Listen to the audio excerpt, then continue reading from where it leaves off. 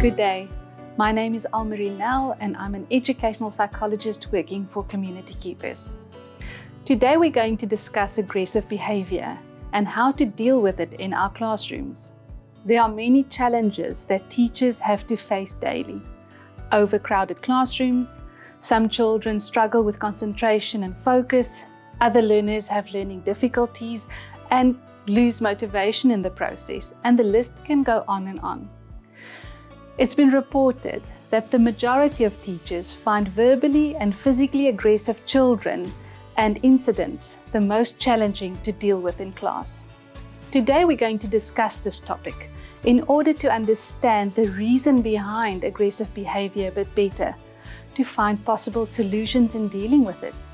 And before we get to the do's and don'ts, we'll also look at our behavior to such incidents.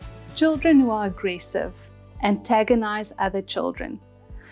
They tend to irritate, annoy, aggravate, tease, and threaten other children in order to get reaction and attention.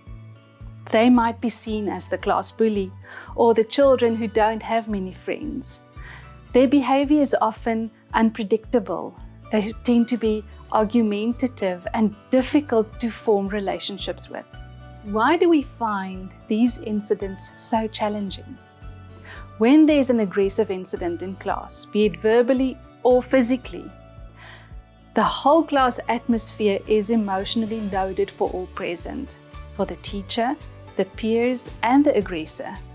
Some might experience fear, others might be angry, others might feel helpless and scared and sad.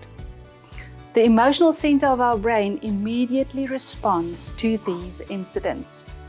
The limbic system is a group of interconnected systems located deep within the brain. This section of the brain is responsible for our emotional and behavioral responses. The amygdala is located within the limbic system and is responsible to incidents in our environment. And this section helps us organize behaviors and emotional responses to fear and anger.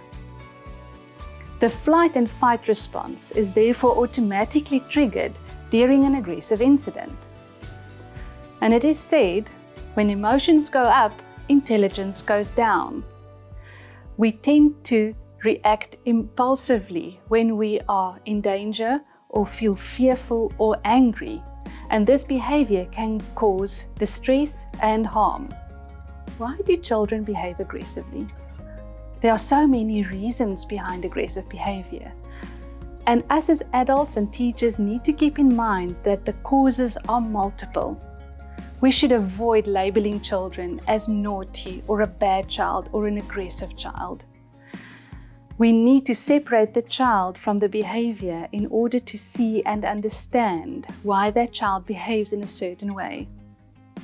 Some causes might be environmental stresses, financial difficulties, domestic violence, stress in the community, neurological deficits or issues.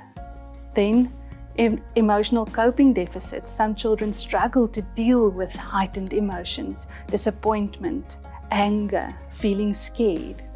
They struggle regulating themselves. A lack in self-confidence and a feeling of inferiority can cause some children to be aggressive. Aggression on aggression is an explosive mix. For us as responsible adults in that situation, it's very important to control how we behave and respond. And we need to avoid yelling, screaming, or scolding, or using our power of authority to deal with a child that is so emotionally loaded. It's important to keep physical distance from the child.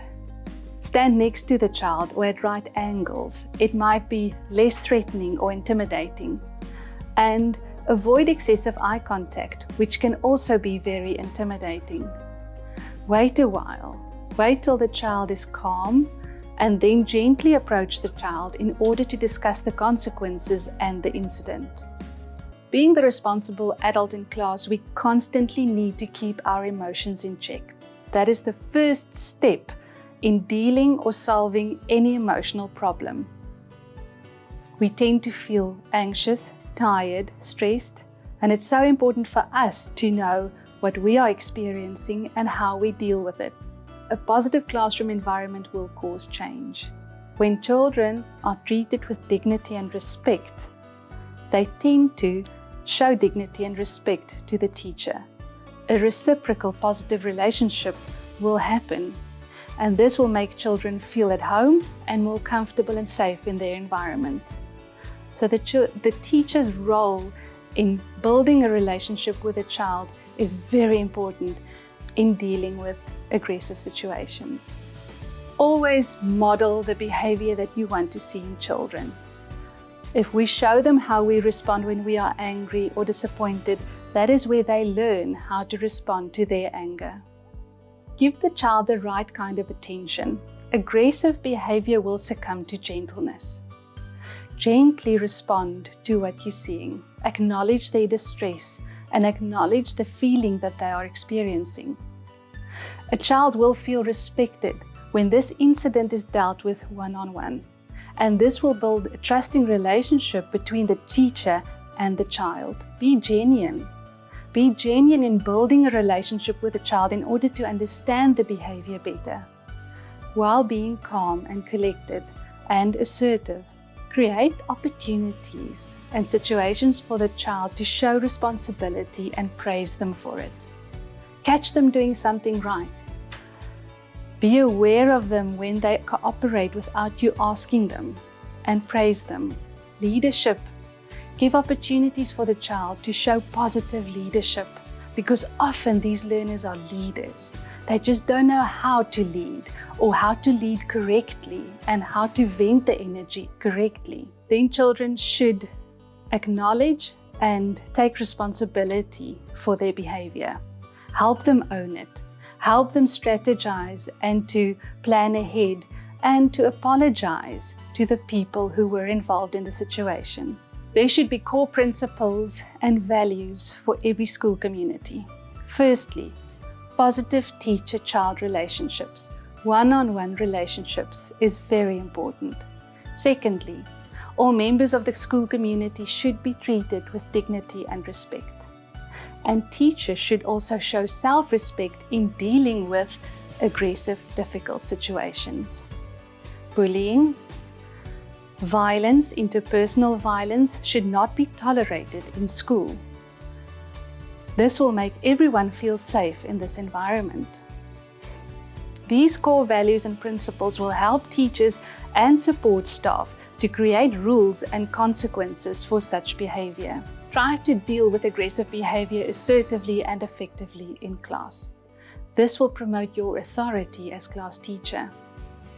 It is important to get help from outside, also according to the school policy and principles, once you feel that your safety or other learners' safety is at risk. To end with, all children seek and benefit from unconditional support and acceptance. We don't need to approve or accept inappropriate aggressive behavior, but we need to build a one-on-one relationship with each child in order to create a safe space in the classroom. You, as responsible adult, might be the only adult in that child's life who invests in his future. Thank you very much.